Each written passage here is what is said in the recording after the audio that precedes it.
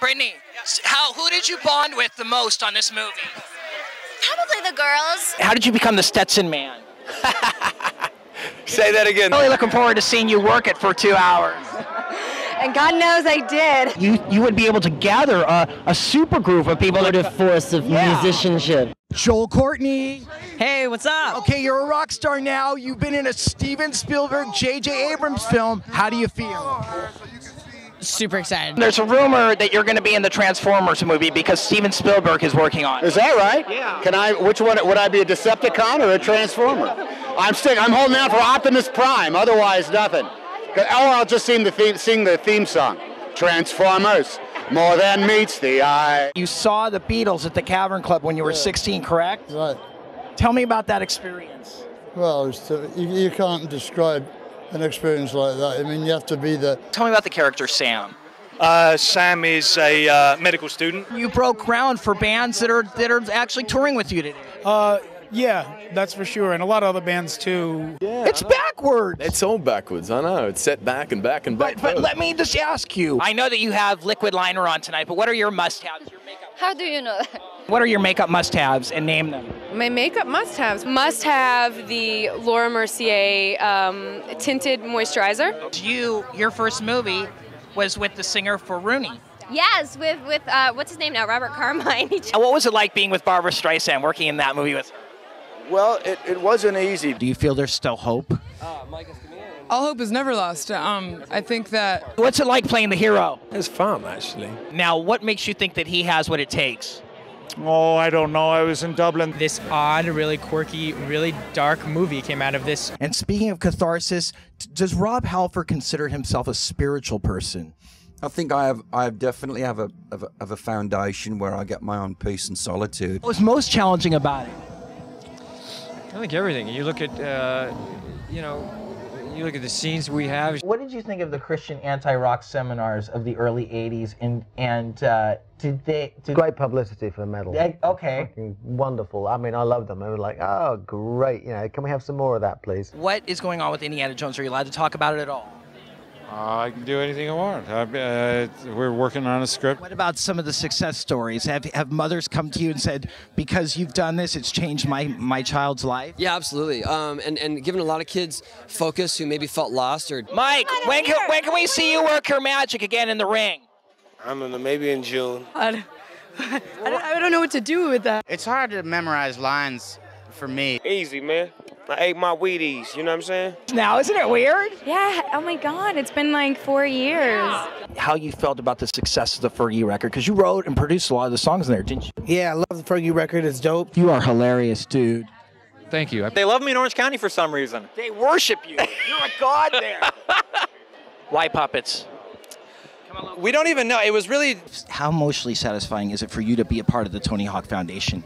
Well, it's great. I mean, like I was saying in the beginning, it was my outlet. It was my... Why do you think Slayer has endured the test of time over as long as you've been around? Kids. Did you go to school for writing? I did. Well, I was a drama major at Virginia. Now, what's going on with your show? There was a rumor that Glenn and Doyle actually asked to have a reunion, and that you said no.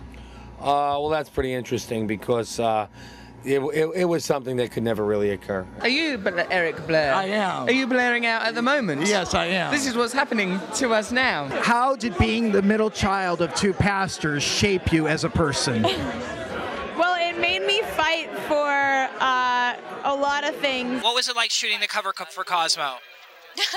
What a strange question. What is next for Metallica? Well, we're going to finish our tour. Either of you ever been to the point where suicide has ever crossed your mind at all? Well, I think it's crossed everybody's mind. What would you say your message is to the kids?